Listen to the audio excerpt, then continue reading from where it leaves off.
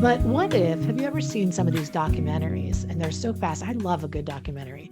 BBC has a lot of good ones. And there's these documentaries about these kids that are born with a part of their brain that's not functioning where they can't feel pain.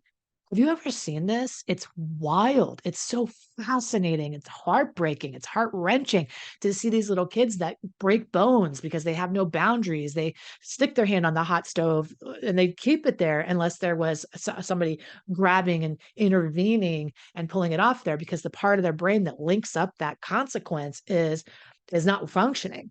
Well, I just wanna shed some light here.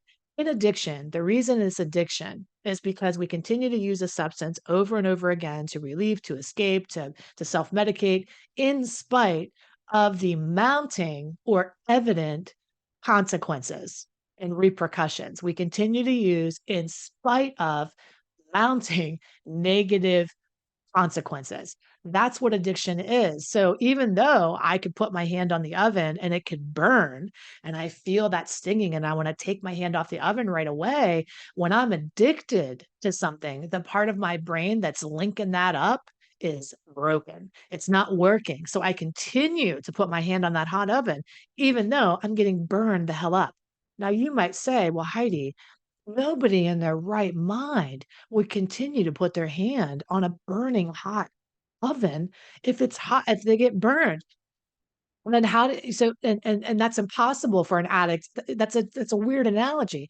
Well, let me ask you, an addict and alcoholic can drive drunk with their kids in the car, get into an accident, hurt somebody else, hurt themselves, rob you of your finances, put you out of your home, cheat, all the things that you think, well, surely that's a hot oven, but they continue to use even after I've seen people in the hospital, okay? Well, I worked in addiction inside of a I work in addiction now, but I worked inside of, one of the world's leading drug and alcohol treatment centers for almost a decade, and I helped thousands of clients, thousands of addicts and alcoholics come through there, and the consequences and the things that these people went through, what's like waiting for their bottom is absolutely mind-boggling, right? People would go into the hospital, almost die, have to be hooked up on life support from wrecking or alcohol poisoning or whatever, and be so desperate, either drink hand sanitizer in the hospital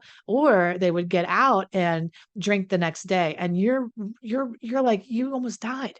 You flipped your car. Like what is it gonna take? So whenever you hear an addict say to you, and you know, you're baffled at all this, but when you hear an addict say to you after an event like that, "I finally learned my lesson," and you get really excited because let's be real, you wanna believe it. You've been praying for this, you've been hoping for this, that they'd learn their lesson finally, so when they say it to you, there's a big part of you that buys into that and goes, "Thank God. Thank God you finally learned your lesson."